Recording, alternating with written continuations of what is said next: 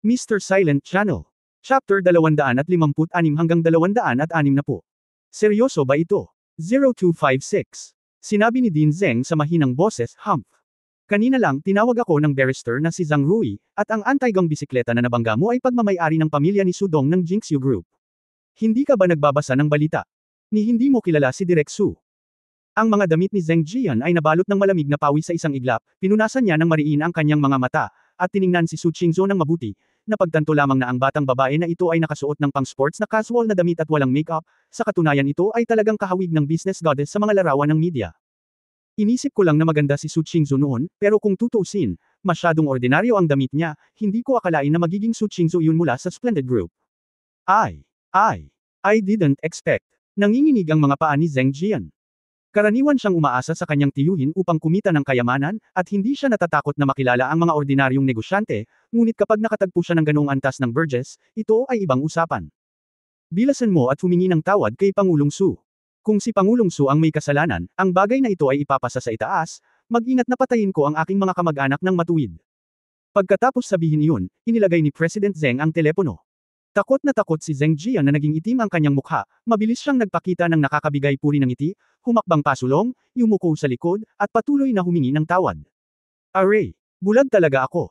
Hindi ko akalain na makikita ko si Sudong dito. Lahat ng iyon ay sulsol ng mabahong biyenang ito.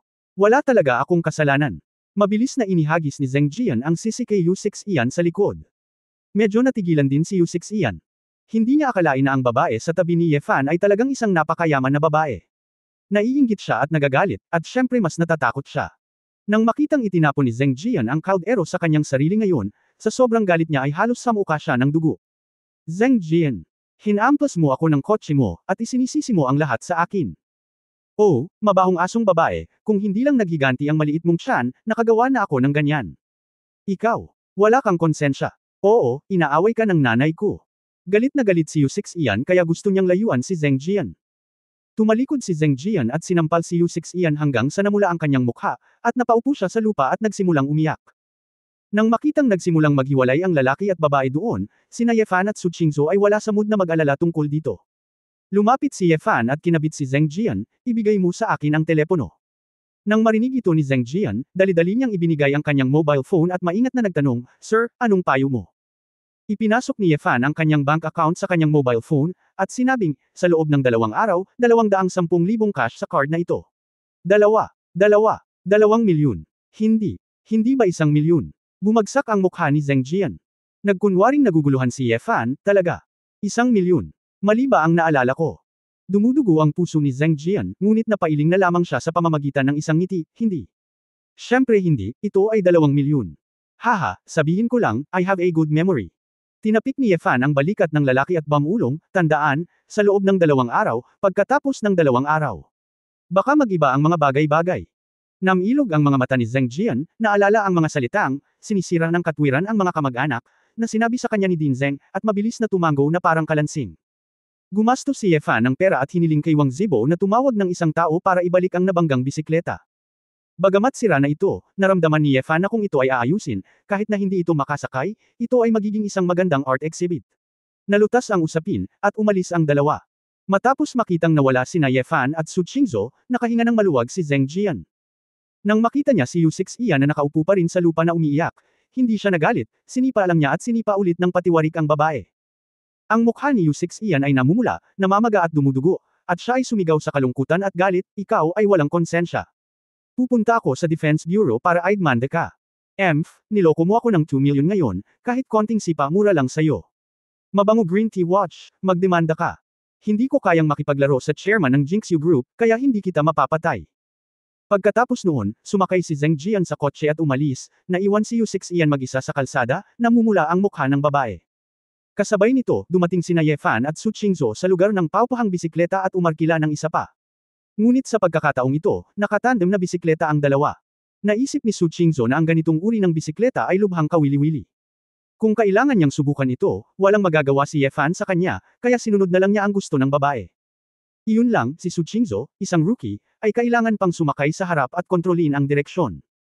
Nakita ni Ye Fan na ang babae ay nasa mataas na espiritu, kaya hinayaan na lang niya ito, ngunit habang nakasakay, si Su Qingzhou ay nagtanong din kung aling direksyon ang pupuntahan, na napatawa o napaiyak si Ye Fan, ito pala ay hindi niya nakilala ang daan. Naglakad ang dalawa sa gilid ng dagat ng ilang laps, at bago nila namalayan ay nagdilim na ang langit. Sa taglagas at taglamig, mabilis na lumulubog ang araw. Sa gabi, ang langit ay ginto at pula, at ang malaking pulang araw ay dahan-daang lumubog. Matapos ibalik ng dalawa ang mga bisikleta, nakita ni Su Qingzhou ang paglubog ng araw, at hindi naiwasang maglakad patungo sa rehas sa tabi ng dagat, nakasandal sa rehas upang tumingin sa labas. Hinay pa ng simoy ng dagat ang nakalugay na buhok ng babae, at ang ningning ng paglubog ng araw ay sumilay sa kanyang pinong pula at pinong mukha, na pambihirang banal at malambot. Nanliit ang mga mata ni Ye Fan, at nang isipin niyang asawa niya ang babaeng ito, isang nag-aalab na pakiramdam ang kumalat sa kanyang puso. Lumapit siya, matapang na iniunat ang kanyang mga braso, at niyakap ang payat na baywang ni Su Qingzhou mula sa likuran. Ang kanyang baba ay nakapatong sa mabangong balikat ni Su Qingzhou, ang kanyang ilong ay malapit sa buhok ng babae sa sideburns, at sinipsip niya ang kanyang katawan. Pinong halimuyak. Matapos magtagal ang malambot na katawan ni Su Qingzhou, bahagyang gumalaw siya, ngunit hindi na nagpumiglas pa. Wala ni isa sa dalawa ang nagsalita, at hindi nagtagpo ang mga mata. Tanging ang malayong paglubog ng araw sa kanilang mga mata, na matingkad na pula, na nagdadala ng init sa lamig. Hindi ko alam kung gaano katagal, 10 minuto, o kalahating oras. Nang makitang papalubog na ang paglubog ng araw, may naalala si Ye Fan, marahang inikot ang katawan ng babae, inabot at hinaplos ang pisngi ni Su Qingzhou, at nakangiting sinabi, "Asawa, kumuha tayo ng group photo bilang souvenir, ito ang unang pagkakataon na makita ka." Paglubog ng araw. Hindi ako mahilig kumuha ng mga larawan. Si Su Qingzhou ay kulay rosas, at hindi niya alam kung siya ay nahihiya o tanned. Hindi siya pinansin ni Ye Fan, kinuha ang kanyang telepono, niyakap ang kanyang asawa, at tumalikod sa papalubog na araw, nag-pose para sa isang 45 degree na selfie. Bitik. Ang sandaling ito ay nagyelo magpakailanman. Tiningnan ni Ye Fan ang larawan at tumanggo ng may kasiyahan, hindi masama, ito ay talagang isang lalaki at isang babae, isang natural na pares. Namanhid si Su Qingzhou nang marinig niya ito, at inikot ang kanyang mga mata sa kanya, iyan ang iniisip mo, gaano ka katalento, at ako ay tanga. Hoy, Mrs., ipapadala ko sa iyo ang larawan, itinakda mo ito bilang iyong telepono. Ayos ba ang screen desktop? Nahihiyang tanong ni Ye Fan. Hindi pwede. Huwag masyadong agresibo. Nadama ni Su Qingzhou na napakadali para sa taong ito na bigyan ng kulay ang tindahan ng dye. Kung gayon, maaari mo bang palitan ang aking mobile phone address book? Huwag basta-basta isave ang numero. Anyway, magdagdag ng pangalan at tawagan itong kissing a good husband, o kung ano paman. Ang pagiging asawa ay palaging may ilang mga pribilehiyo. Binago ni Ye Fan ang isang kinakailangan. Kinagat ni Su Qingzhou ang kanyang mapupulang labi, tama na, ayaw kong pumatay ng mga tao sa dalampasigan. Di ba grabe? Hoy! Asawa! Saan ka pupunta? Hintayin mo ako. Si Su Qingzhou ay hindi na siya nakinig, naramdaman niyang pulang-pula at mainit ang kanyang mukha, at tumakbo ng patakbo. Dahil dito, nakita ng ilang dumadaang turista ang isang dalagang tumatakbo sa tabing dagat na nakatikip ang mukha, habang kinakawayan ng isang lalaki ang kanyang mobile phone, humahabol at sumisigaw mula sa likuran, na nagsasaya sa sarili. Kabanata 0257. 0257. Ang paglubog ng araw ay nakakalat sa Huahay at sa malayong matataas na dagat. Sa isang Tigerhead Shark pirate battleship, ipinakita ni Kenny ang kanyang malalakas at may peklat na kalamnan, sa kanyang cabin bedroom, walang ingat na nagpapakasawa, pawis na pawis. Samantalang ang magandang babae sa ibaba niya, siya ay ganap na manhid, ang kanyang mga mata ay mapurol, tulad ng isang walang malay na pupe. Boss! May paparating na bangkang pangisda sa atin. Biglang tumakbo ang subordinate ng isang pirata at nagsumbong kay Kenny. Damn it, what's wrong with the fishing boat? Pinatay ito ng lalaki, ninakawan ng babae, at nagtanong sa akin. Wala boss, medyo kakaiba ang bangkang ito. Sabi ng pirata. Sumimangot si Kenny at nag-aatubili na sinabi, I see, lalabas ako at titingnan. Nagmamadaling natapos ni Kenny ang mga gamit, nagsuot ng pantalon, tumingin muli sa babae sa kama, at sinabing, hindi naman masama ang katawan ng babaeng ito, pero ang kanyang espiritu ay bumagsak, naglalaro na parang patay na tao. Well, nakakatamad maglaro. Ang pirata ay tumawa ng masama, boss, kailangan niyang makipaglaro sa 70 o 80 kapatid na lalaki araw-araw, at wala siyang oras upang matulog, kaya mabuting huwag mamatay. Kayong mga bastos, huwag kayong masyadong lumayo, kapag may nangyaring masama at hindi kayo makakalaban ng husto, mag-ingat kayo na tadteren ko kayo. Tumawa si Kenny at naglakad papunta sa deck sa labas ng cabin. Sa oras na ito, 12 ng mga pirata ay nasa busog na, pinapanood ang unti-unting papalapit na bangkang pangisda. Boss, tingnan mo ang bangka, maraming patay. Nang kumunat ang noo ni Kenny, nakita niya na may 2 bangkay na lalaki at 2 babae sa bangkang pangisda. Sa paghusga sa kanyang karanasan, ito ay dapat na bangka ng pamilya ng isang mangingisda, at ang bangkay ng nakababatang babae ay may malinaw na mga palatandaan ng brutal na nilabag, nakakilakilabot na makita. Ang mga mangingisda sa bangkang ito ay patay na, sino ang nagmamaneho ng bangka? Ilang mga magnanakaw sa dagat ang bamulong, at lahat sila ay nakaramdam ng kaunting kasamaan. Sa sandaling ito, mula sa bangkang pangisda, lumabas ang isang kulubot, balbas, nukulat na lalaki na may duguan ang mga mata. Tumangala siya at tumingin sa barkong pirata ng Tigre Head Shark, na may bakas ng pag-iisip sa kanyang mga mata. Hoy, sino ka bata? Pinatay mo lahat. Sigaw at tanong ng isang walang ingat na pirata. Hindi sumagot ang palpak na lalaki, ngunit biglang tumalon mula sa bangkang pangisda patungo sa barkong pandigma. Sa pagkakataong ito, 12-dosenang mga pirata ang lahat ay tumingin sa alerto, na malinaw na hindi ang lakas at kasanayan na dapat taglayin ng mga ordinaryong tao. Tinitigan ng palpak na lalaki ang mga pirata, ang kanyang mga mata ay malamig at nandidiri. Akin ang barkong ito. Nang marinig ito, natuwa ang mga pirata, at si Kapitan Kenny ay tumawa sa galit, ano ang sinabi mo? Hindi ko narinig ng malinaw. Alam mo ba kung sino kami? Wala akong pakialam kung sino ka, simula ngayon, makinig ka sa akin. Sabi ng palpak na lalaki. Oo, ang taong ito ay may diferensya sa pag-iisip, Kapitan, patayin mo na lang siya at tapusin na. Kinuha ng isang pirata ang revolver na dala niya at pinaputukan ng palpak na lalaki. Bang! Isang putok ang umalangaw-ngaw. May dugong butas ang palpak na lalaki sa dibdib. Ibinaba niya ang kanyang ulo, sumulyap, pagkatapos ay hinubad ang kanyang damit, inabot, at naglabas ng bala. Kaagad, ang lahat ng nasa bangka ay nakakita ng kakaiba at nakakatakot na eksena. Ito. Ang sugat ng palpak na lalaki ay mahimalang mabilis na gumaling, at pagkaraan ng ilang sandali, may mga bahid na lamang ng dugo. Ikaw, sino ka ba? Nakaramdam si Kapitan Kenny ng lamig sa kanyang mga buto. Naisip niya ang mga maiitim na nilalang tulad ng lahi ng dugo sa kanluran. Narinig niya na ang maitim na nilalang na iyon ay may kakayahang gumaling ng mabilis. Hindi na sinasadya ng palpak na lalaki na magsalita pa, diretsyong sinisingil niya ang mga pirata. Kukunin na sana ng mga pirata ang kanilang mga baril para lumaban, ngunit nalaman nilang napakabilis ng palpak na lalaki at kamangha-mangha ang hanay ng mga galaw. Kinuha niya ang isang punyal mula sa baywang ng isang pirata, at isang machete mula sa kamay ng isa pang pirata, at nagsimula ang madugong pagpatay. Nang makita ni Kapitan Kenny na hindi maganda ang sitwasyon at handang kumilos, nawala na siya ng mahigit 10 lalaki. Galit na galit si Captain Kenny, at ginamit niya ang kanyang likas na enerhiya para salakayin ang palpak na lalaki. Matapos ang puwersahang pagharap ng dalawa sa loob ng ilang kamao, umasa talaga ang palpak na lalaki sa lakas ng kanyang laman para yakapin ang ulo ni Kapitan Kenny at hinampas ito ng ulo.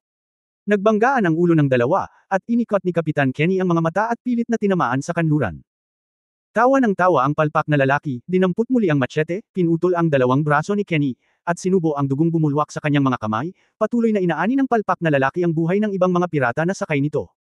Maliban sa ilang pirata na tumalon sa bangka sa oras upang makatakas, higit sa 100 pirata na sakay ay nahulog sa isang pool ng dugo. Na may malungkot at may sakit na ngiti sa kanyang mukha, ang palpak na lalaki ay napabuntong hininga habang naghahanap ng iba pang mga nilalang sa barko. Pagpasok niya sa cabin, bigla niyang nakita ang isang babae na walang kahit 1 pulgadang buhok, na nakasiksik sa sulok ng cabin.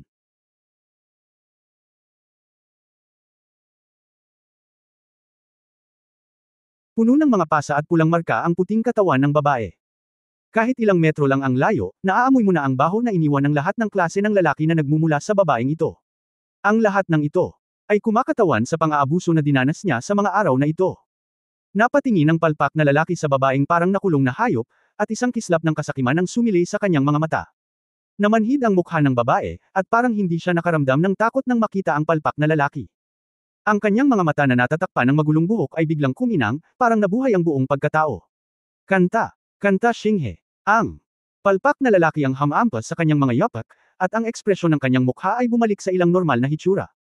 Nang marinig ang inchik na ito, ang pangalang ito, ang kanyang buong pagkatao ay may pagnanasang umiyak. Sino ka? Bakit mo ako kilala? Tanong ni Song Xinghe na nanginginig ang mukha. Parang nakikita ang tagapagligtas, ang babae ay lumapit sa sahig na umiiyak at natatakot, at niyakap ang hita ni Song Xinghe. Ako si Tung Hozhen. Dating asawa ng Jinxiu Group na si Su Changping. Nakilala kita sa isang piging. Ikaw si President Song Xinghe, tama ba? Please help me. I really insist not going. Woo! Napaluha si Tung Hozhen. Isang kislap ng liwanag ang sumilay sa mga mata ni Song Xinghe. Pagkatapos mag-isip ng kung ano, sinabi niya, ikaw, pinatay ka rin ni Ye Fan, tama ba? Siya, isa siyang demonyo. Malungkot na ngumiti si Song Xinghe, haha. Ang Diablo. Siya ay talagang Diablo, ngunit hindi na tayo mas mahusay kaysa sa Diablo ngayon. Gusto mo iligtas kita, ako mismo ganito. Ngayon, hindi ko na alam kung saan ako pupunta, paano kita ililigtas? Bumalik sa Zia Country. Pagkatapos magtago sa Tibet buong araw. Mabilis na umiling si Tung Hozan, hindi. Hindi na ako babalik sa Zia Country, mayroon akong isang anak na lalaki na inayos natin noon. Kung ipapadala ko siya upang mag-aral sa Australia, basta hahanapin ko siya, kukunin ko ang pera na nakaimbak doon, at maaari kong simulan muli ang aking buhay. Oh, may anak ka pa. Dinilaan ni Song Xinghe ang kanyang mga labi at ngumiti ng masama, okay. Pagkatapos ay dadalhin kita sa Australia. Chapter 0258 Never Played for Me. 0258. Ito ang unang pagkakataon para kay Su Qingzhou na opisyal na pumasok sa trabaho bilang chairman at CEO. Gumamit ang Splendid Group ng isang kilalang banner sa gate para gumawa ng napaka-publicity campaign, na isa ring malaking pagpupugay kay Su Qingzhou mula sa buong kumpanya. Nang si Ye Fan ang nagmaneho ng kotse at dumating sa kumpanya kasama si Su Qingzhou, sa halip na direktang pumasok sa garahe, pinababaw niya ang babae sa kotse sa gate. Si Su Qingzhou ay parang isang reyna, tumuntong sa Jinxiu Building mula sa gitna ng dalawang hanay ng matataas na gusali. Isang grupo ng mga high-level executive na pumalakpak at yumuko, lahat ay magalang na bumati sa isa't isa. Si Su Qingzhou ay hindi pa rin nakangiti gaya ng dati, kasing lamig ng yelo, at hindi gaanong tumugon sa mga nakakabigay-puri na mga ngiti na ito. Para sa kanya, panimulang punto pa lang ito para sa kanya, at lahat ng mga karangalang natamo niya ay nakukuha rin ng sarili niyang tagumpay sa trabaho, kaya't magaan ang pakiramdam niya. Nakaupo si Ye Fan sa kotse, tinitingnan ang walang katulad na kumpiyansa na figure ng babae, isang buntong hininga ang lumitaw sa gilid ng kanyang bibig. Iniisip ang babaeng nakipaglaro sa kanya sa beach, at pagkatapos ay tinitingnan ng babaeng ito sa kumpanya, mahirap isipin na ito ang parehong babae. Ang trabaho ni Ye Fan ay nakakabagot gaya ng dati. Tila alam din ni Su Qingzhou na hindi si Ye Fan ang tipong gumagawa ng pang-araw-araw na trabaho, at walang espesyal sa kanya, kaya hindi na lang niya ito pinansin. Sa opisina, bilang karagdagan sa pagtulong kay Mumumu sa paglalaro, si Ye Fan ay nanunood ng balita online, humihit-hit ng sigarilyo, nanginginig ang kanyang mga binti, at nagsasaya. Matapos itong matuklasan ni Chen Ya, nag-relax siya ng gusto, at tila nabawasan ang kanyang galit kay Ye Fan. Pakiramdam niya ay napanatili ang kanyang posisyon bilang unang katulong. Sa tanghali, dumating si Ye Fan sa restaurant na may labis na interes, matagumpay na natagpuan ang upuan ni Shu Lingshan, at umupo sa tapat ng babae. Hey, Captain Shu, ang ganda mo ngayon, kamusta ang practice mo? Tanong ni Ye Fan na nakataas ang kilay. Halos isang linggo ding hindi nakita ni Shu Lingshan si Ye Fan, ngunit nag-ensayo siya ng gusto araw-araw at nakakunot ang noo, magagawa ko lang ang set ng mga paggalaw na ito ng 5 beses, at hindi ko alam kung kailan ko ito magagawa ng 100 beses. Take your time, don't worry, you still have the foundation, but the starting point is not high, it will take time to accumulate.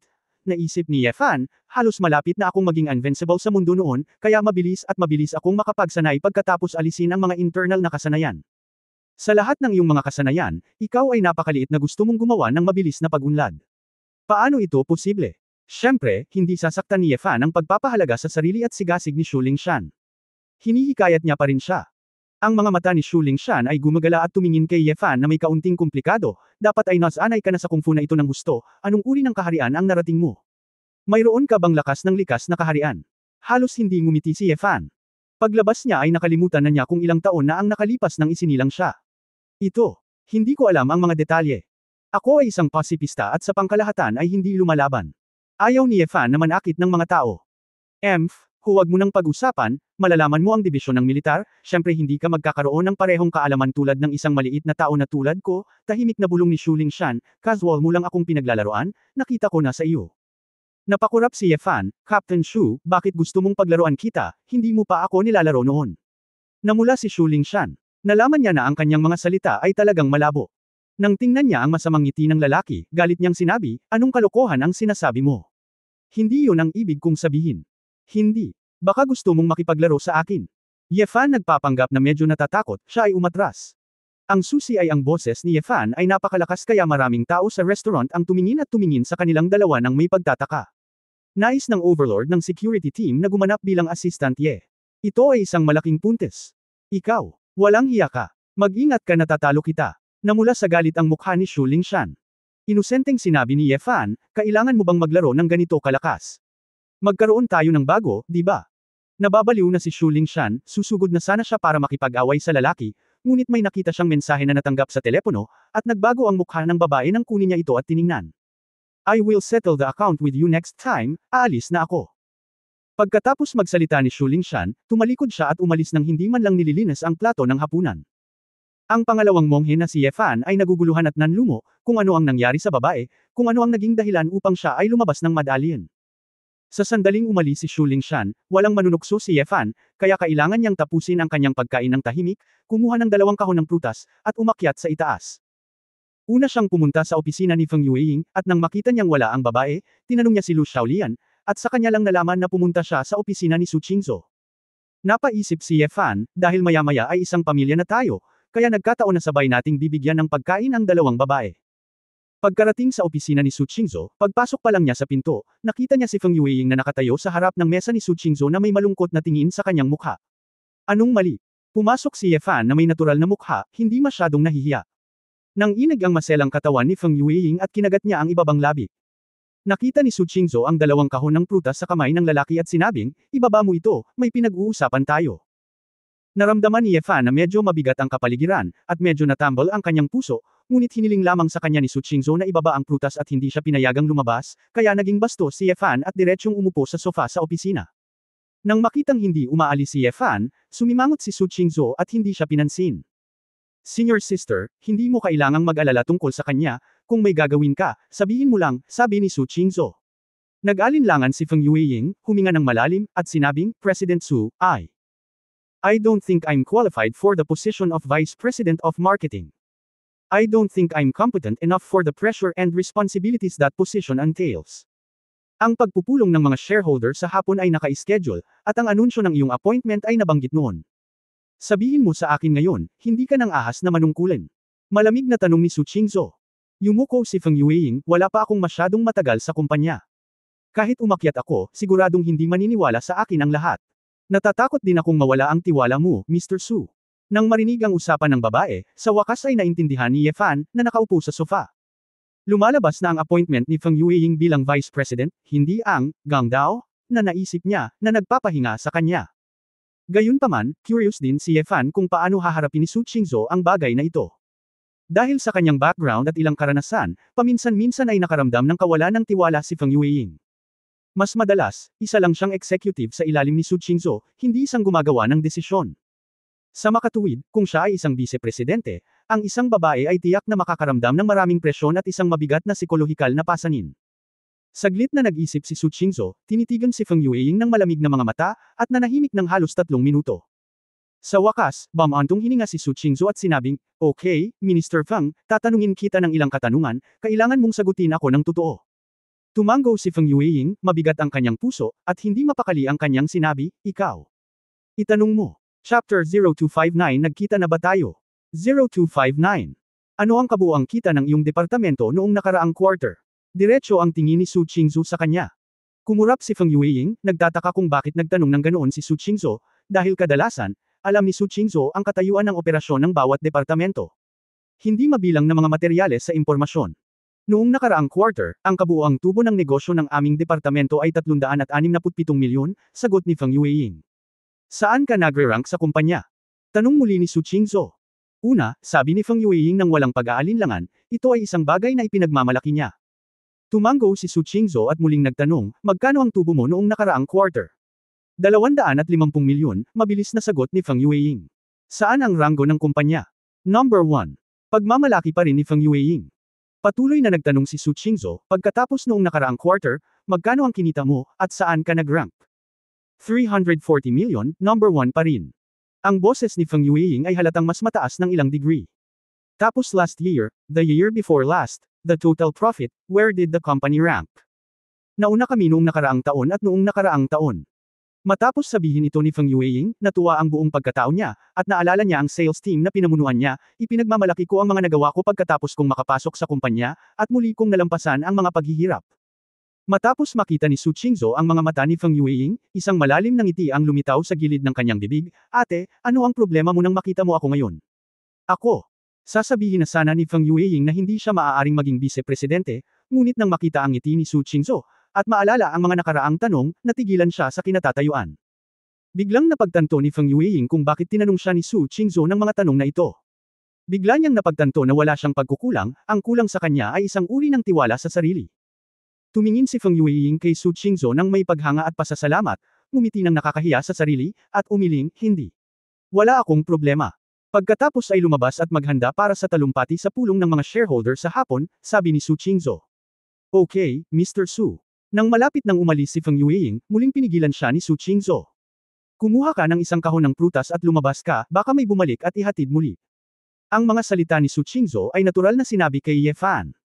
Umupo si Ye Fan sa sofa na may matigas na ngiti sa kanyang mukha, nagkukunwaring walang sinasabi. Namula si Feng Yueying, mabilis na kumuha ng isang kahon ng prutas, at umalis ng opisina na parang tumatakbo. Humalukip-kap si Su Qingzhou sa kanyang harapan at tumingin kay Ye Fan na may mapaglarong tingin, mukhang nag-aalala ka, natatakot ba akong i-bully ang girlfriend mo? Nagmamadaling umiling si Ye Fan, hindi, gusto ko lang mag-aral sa tabi. Tingnan mo kung paano pinamamahalaan ng iyong asawa ang kumpanya. Ito ay isang kamangha-manghang paraan ng pag-uudyok, Mrs., natuto ka na bang mag-aral ng matagumpay? Madalas ka bang pumunta sa universidad upang magbigay ng mga talumpati? Stop flattering me, go out, I still have to work. What? Binigyan siya ni Su Qingzhou ng puting tingin. Masayang dinala ni Ye Fan ang isang kahon ng mga strawberry sa mesa, kumain ka muna, huwag kang magutom. Sinabi ni Su Qingzhou na may mahinang ngiti, hindi mo kailangang pasayahin ako ng sobra, isa akong pampubliko at pribadong tao, kahit na magkaanak kayo ni Feng Yueying, hindi ko gagawing mahirap ang mga bagay para sa kanya sa trabaho, at wala akong masyadong pakialam sa iyo. Mapait ang ekspresyon ni Ye Fan, asawa, ikaw. Medyo sobra na ito. Mas may prinsipyo ako. Kung gusto mo ng malaki ang tiyan, dapat may utos. Bakit ka pa unang lumaki, di ba? Malaki ka na. Manahimik ka. Nahiya si Su Qingzhou, talagang masasabi ng taong ito ang kahit ano. Okay, hindi ko sasabihin, patunayan natin sa aksyon, seryosong sabi ni Ye Fan. Hindi kinuha ni Su Qingzhou ang makapal na balat ng lalaki at kumuha ng dokumento sa gilid at ibinato kay Ye Fan. Tingnan natin ito. Wala akong planong lumahok sa aktibidad na ito. Ikaw ang aking katulong sa pangalan. Ang pagpunta sa ngalan ko ay maaari ring ipakita ang kahalagahan na ibinibigay ko sa aking mga empleyado.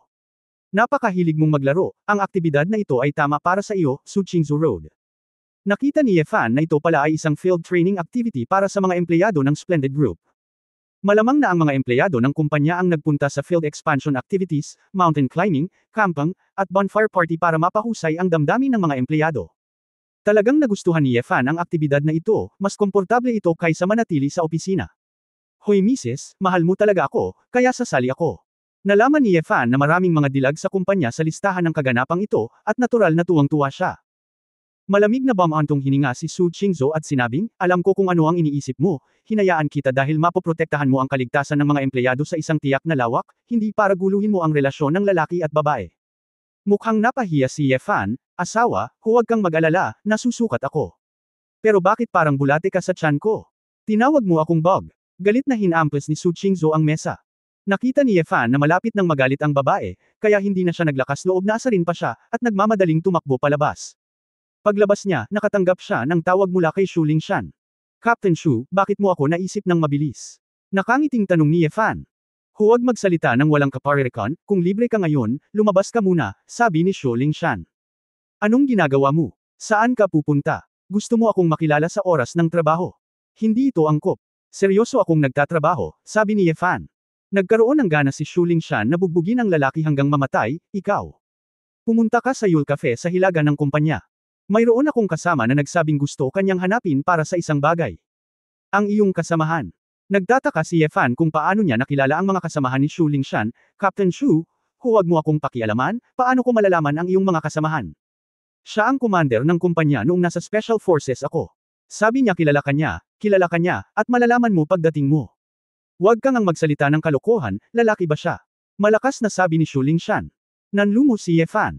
Bagamat hindi niya moari kung ano ang nangyayari, punta tayo at tingnan muna. Pagkatapos umalis sa kumpanya at tumawid sa kalsada, dumating si Ye Fan sa pinalamutian na Yule Cafe.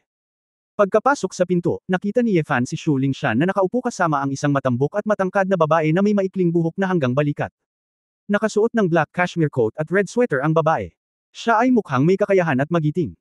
Tulad ni Shu Lingshan, siya ay isang bihirang mature na kagandahan. Ang susi ay hindi masama ang panloob na lakas ng babaeng ito. Pumasok pa nga siya sa innate at naging company commander noong nasa Special Forces siya. Tila ang hukbo kung saan kabilang si Shu Lingshan ay dapat na may magandang lakas. Nang makita si Ye Fan, nanliit ang mga mata ng babae, at pagkatapos ay nagpakita siya ng mahinang ngiti. Tumayo si Shu Lingshan at sinabi, Ye Fan, ito ang commander ng kumpanya noong nasa hukbo ako. Hanggayo ang pangalan niya, kilala mo ba siya? Natarante si Yefan, lumakad, humila ng upuan at umupo, nakangiti at nagtanong, Miss Hangyo, nagkita na ba tayo? Kabanata 0260 siya ay inosente. 0260. Medyo curious din si Shuling Shan, Sister Hangyo, siya si Yefan, nakilala mo ba ang maling tao? Nagkita na ba kayo? Magiliw nang umiti si Hangyo, hindi pa tayo direktang nagkikita, ngunit. Ye the gentleman ay pinatay na ang 6 sa aking mga kapatid na babae. Sa sandaling lumabas ang mga salitang ito, nanliit ang mga mata ni Yefan, habang si Shuling Shan ay nagulat at nanlaki ang kanyang magagandang mata sa hindi makapaniwala. Sister Hangyo, ito, anong nangyayari?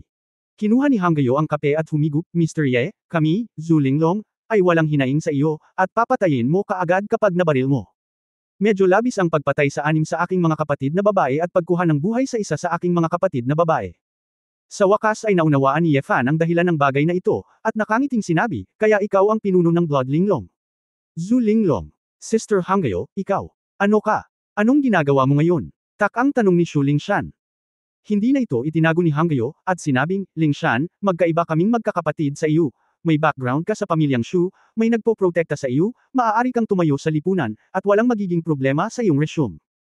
Ngunit kaming mga kapatid na babae, na sinanay sa loob ng 7 o 8 taon, o higit pa sa 10 taon, ay walang ibang kakayahan maliban sa kakayahan sa larangan ng digmaan. Kahit ang pagiging ordinaryong tao, mag-asawa, at magkaanak, lahat ito ay dahil sa aming karanasan. Ang problema, hindi ito gumagana. Kaya, kinuha ko ang aking mga kapatid na babae at bumuo ng Bloodlinglong, isang mamamatay na organisasyon, pasensya na. Ngayon ko lang sasabihin sa iyo. Nakaramdam ng lamig si Shuling Shan mula sa kanyang ulo hanggang sa ilalim ng kanyang mga paa, tumayo at nagsabi, Red Sister Yu. Nandito ka ba para maghiganti kay Yefan? Bahagyang sinabi ni Hangyo, masasabi mo na, pasensya na, ngayon lang ako nagsinungaling sa iyo. Si Yefan ay hindi mukhang naguguluhan, tumingin lang kay Hongyu na may pagtataka. Miss Hangyo, pumunta ka dito mag-isa dahil akala mo mapapatay mo ako. Umiling si Hangyo, bagaman hindi ko nakikita ang iyong lakas, sinasabi sa akin ng aking intuition na hindi ako dapat maging kalaban mo. Napakatumpak ng iyong intuition. Kung hindi angkop ang lugar na ito at narito si Kapitan Shu, baka nabali ko ang iyong leeg, sabi ni Yefan na may magiliw ng ngiti. Bagamat tumatawa si Yefan, ang nakamamatay na hangarin sa sandaling ito ay nagparamdam kay Shuling Shan, na nasa tabi niya, ang takot sa kanyang puso. Isang kakaibang kulay ang bumungad sa mga mata ni Hongyu, ikaw ay talagang kaakit-akit na lalaki, kung hindi dahil sa pakikipagdugo ko sa iyo, ikalulugod kong subukan ito sa iyo, gusto kita bilang bata at puno ng pagkalalaki. Masamang tao. Gusto ko rin ang isang kagandahang tulad mo na may magandang figure at kaakit-akit na mukha. Ang tingin ni Yefan ay walang pakundangan ding dumampi sa dalawang hita ni Hongyu na may itim na lace na medyas. Ang ganitong uri ng propesyonal na babaeng sundalo ay mas bukas kaysa sa mga ordinaryong babae. Minamaliit na nila ang buhay at kamatayan, maging ang buhay at kamatayan. Ang kahinhinan ng kababaihan at ang 3 pagsunod at 4 na birtud ng kababaihan ay hindi na makabuluhan. Upang mabuhay, dapat nating tangkilikin ang ating sarili. Ang mga lalaki ay nangangailangan ng mga babae, at ang mga babae ay nangangailangan ng mga lalaki. Sa makatuwid, nagtagpo ang mga mata ni Yefan at Hangyo, nagkalat, ngunit dahil sa puot, naging kakaiba ang kapaligiran. Wala akong planong makipag-away ng direkta sa iyo. Ang magaling kong kapatid na babae, si Wu Yan, ay kasalukuyang hawak ng pamilyang Son. Sana ay mapalaya siya, sabi ni Hongyu. Kung ito ay isang maliit na bagay, para sa kapakanan ni Kapitan Shu, maipapangako ko sa iyo na ibibigay sa akin ng pamilyang Son ang mukha na ito, sabi ni Yefan. Nakangiting tumanggo si Hangyo, at sinabing, kapag ligtas na si Wu Yan, gusto kong magpakamatay si Mr. Ye para magbigay-pugay sa mga espiritu ng 6 kong kapatid na babae sa langit. Ano? Nang marinig ito, nag-aalalang sinabi ni Shuling Shan, Sister Hangyo, paano ito posible? Bakit imposible? Mapaglarong tumawa si Hangyo, nasa kamay ko ang asawa ni Mr. Ye. Sa wakas ay nagbago ang mukha ni Yefan at biglang nagising, hiniling mo kay Kapitan Shu na tawagan ako para arestuhin ang asawa ko. Nadurog ang puso ni Shuling Shan, President Su. Sister Hangyo, sinusubukan mo bang arestuhin si President Su? Humingi ng tawad si Hangyo, paumanhin, Ling Shan, gusto kong iligtas si Xiaoyan at patayin si Yefan. Ito lang ang paraan para samantalahin ka, pasensya na. Binasa ni Shuling Shan ang kanyang mga mata sa sakit at panghihinayang, Company Commander. I trust you so much. Akala ko, napatawad mo na ako. Malungkot nang umiti si Hangyo, hinding-hindi ka sinisisi ng magkapatid, ang background mo, it's not your choice. Sa kabaligtaran, sa pagkakataong ito, pinagsisisihan ka ng mga kapatid na babae at ginawa kang pagtataksil sa iyong amo. Medyo naiinis si Yefan, ngunit alam niyang walang silbi ang pagmamadali, kaya kumuha siya ng sigarilyo at sinindihan ito para sa sarili. Wala siyang pakialam kung coffee shop iyon. Anyway, ang boss dito ay dapat na kontrolado ni Zhu Linglong. Nasaan na ang asawa ko? Tanong ni Ye Fan. Kinuha ni Hangyo ang kanyang cellphone at nagbukas ng video chat. Pagkatapos kumonekta, lumabas ang screen ng opisina ni Su Qingzhou. Ate Hangyo, tapos na. Isang magandang babae na si Liu Yemei, nakasuot ng security uniform ng Splendid Group, ang lumabas sa screen. Hinahawakan niya si Su Qingzhou na hostage at naglagay ng dagger sa harap ng lalamunan ni Su Qingzhou. Malamig ang mukha ni Su Qingzhou, at siya ay natatakot at nagtatampo. Hindi niya inasahan na may security guard ng isang kumpanya na biglang lilito upang i-hostage siya. Napakabuti, Shen Chen, huwag mong saktan si Pangulong Su, kailangan muna nating iligtas si Wu Yan. Napangiti si Hong Yu na may kasiyahan. Sinabi ni Ye Fan kay Su Qingzhou sa kabilang bahagi ng video, asawa, huwag kang mag-alala, ililigtas kita. Bahagyang tumanggo si Su Qingzhou, ngunit walang sinabi. Mr. Su, kasalanan ko. Ako, sinaktan kita. Ang pinakamalungkot na bagay ay si Xu Lingshan. Nang maisipan niyang tawagan si Ye Fan, labis niyang pinagsisihan ito, at gusto siyang patayin. Ang mga mata ni Hangyo ay may bakas ng hindi mabata, ngunit mabilis niyang ibinaling ang kanyang ulo kay Ye Fan at sinabing, Mr. Ye, maaari ba akong tumawag ngayon? Inisip ito ni Ye Fan at sinabing, walang problema. Pagkatapos niyang magsalita, tinawag ni Ye Fan si Son Yu, ang pangatlong anak ng pamilyang Son. Ito ang gusto ni Son Yu na maalala niya noon, ngunit hindi niya inaasahan na ito ay talagang kapaki-pakinabang. Noong unang sinabi ni Son Yu kay Son Yu ang tungkol sa pagpapakawala sa babaeng pumatay, kahit na hindi maipaliwanag ang pakiramdam ni Son Yu, hindi siya nang ahas na suwayan ang mga intensyon ni Ye Fan, kung tutuusin, napakaseryoso ng tono ni Ye Fan. Makalipas ang kalahating oras na paghihintay, tumunog ang cellphone ni Hangyo. Bagamat mahina ang babaeng pumatay na si Wu Yan, nailigtas siya at matagumpay na nakaalis sa bahay ng araw. Very good, Mr. Ye is really refreshing. Ngumiti si Hong Yu at inihagis ang isang matalim na maikling kutsilyo at inilagay ito sa mesa. Susunod, hanggat nagpakamatay si Mr. Ye, pakakawalan namin si Mr. Su. Nang marinig ito, si Su Qingzhou sa kabilang bahagi ng video ay namutla, Ye Fan. Huwag kang tanga. Wala silang lakas ng loob na gumawa ng anuman sa akin. Ang babaeng pumatay na si Chen Chen ay biglang humigpit sa leeg ni Su Qingzhou, malamig na sinabi, tumahimik ka. Kahit hindi kita patayin, maaari kong pauiran ang mukha mo ng ilang beses. Sister Hangyo, Sister Chen Chen, huwag gawin ito. Hindi nito malulutas ang problema. Hindi alam ni Xu Lingshan kung ano ang gagawin. Nalungkot siya para sa kanyang namatay na kapatid, ngunit hindi niya matanggap ang pagpapakamatay ni Ye Fan. Sa kasong ito, paano niya haharapin si Su Qingzhou? Lingshan, wala itong kinalaman sa iyo. Huwag kang hamarang, sabi ni Hong Yu. Kinagat ni Xu Lingshan ang kanyang mga ngipin, biglang kinuha ang maikling kutsilyo at inilagay sa kanyang leeg, Sister Hangyo. Mabait si President Su sa akin, hindi ko kayang panuurin ang kanyang asawa na mamatay sa harap ko. Handa kong gamitin ang buhay ko para palitan si Ye Fan ay patay na. Mangyaring, huwag hayaang mangyari ito kay Pangulong Su. Siya ay inosente. Pagtatapos ng kabanatang ito. For more videos, please like, share and subscribe.